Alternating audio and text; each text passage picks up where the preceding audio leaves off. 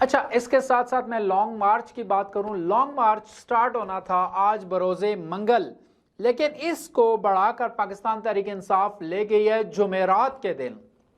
اس کی ایک بڑی وجہ یہ ہے کہ اچانک سے ایک خبر سامنے آئی ہے، بالکل اچانک سے، کہ 21 نومبر کو سعودی عرب کے ولی عہد جو ہے شہزادہ محمد بن سلمان، وہ پاکستان کا دورہ کریں 21 نومبر کو.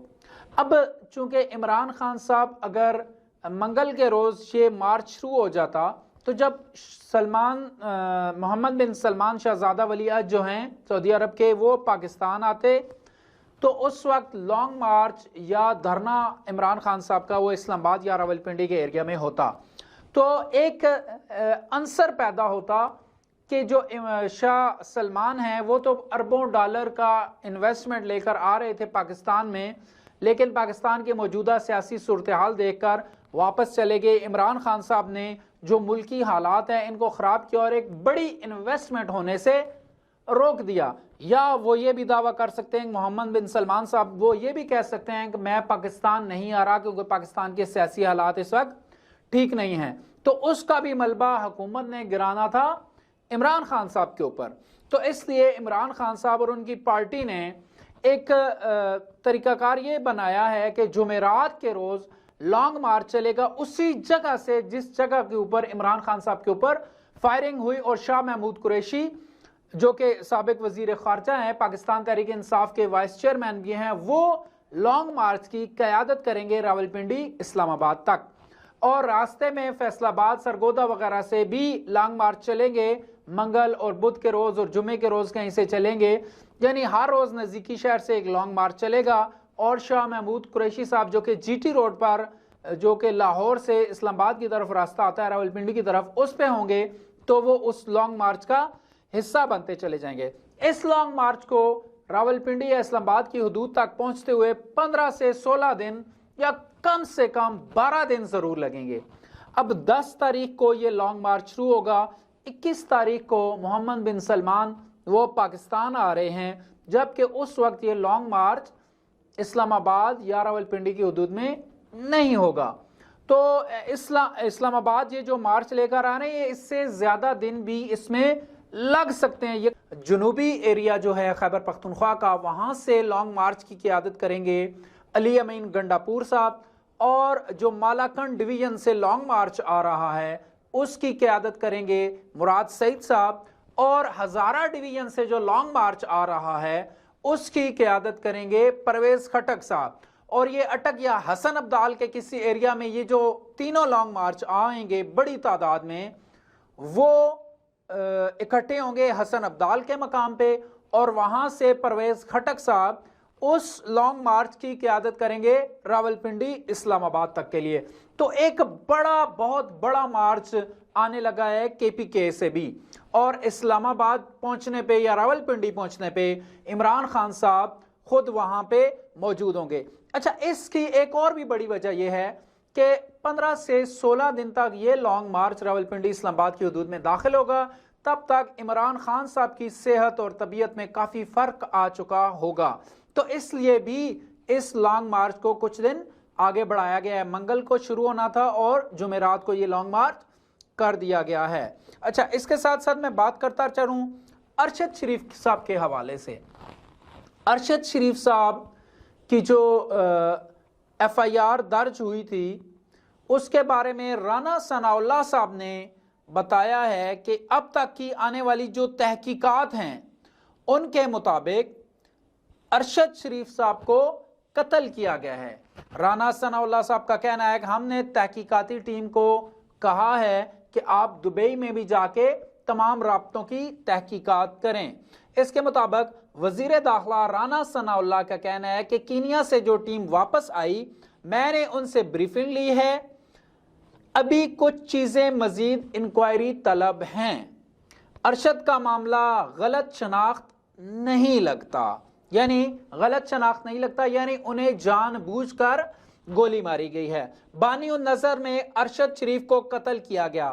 اگر یہ قتل تو بظاہر خرم اور وقار اور اس سے باہر نہیں ہوا، یعنی اس قتل میں خرم اور وقار شامل ہیں۔ رانا ثناءاللہ نے پریس کانفرنس کرتے ہوئے کہا، میں نے تحقیقاتی ٹیم سے کہا ہے کہ دبئی میں جائیں، جو ضروری چیزیں حاصل کرنی ہیں وہ بھی حاصل کریں۔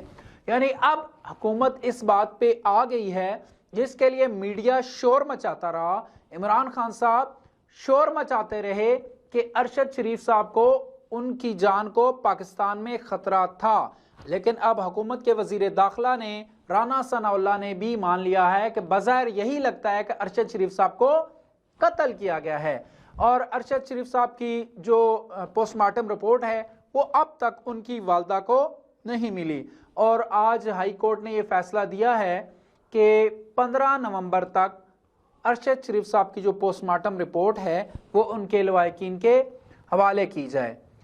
اب تک کے لیے اتنا ہی، اپنا خیال رکھیے گا، اپنے اس چینل کا بھی۔ اللہ حافظ۔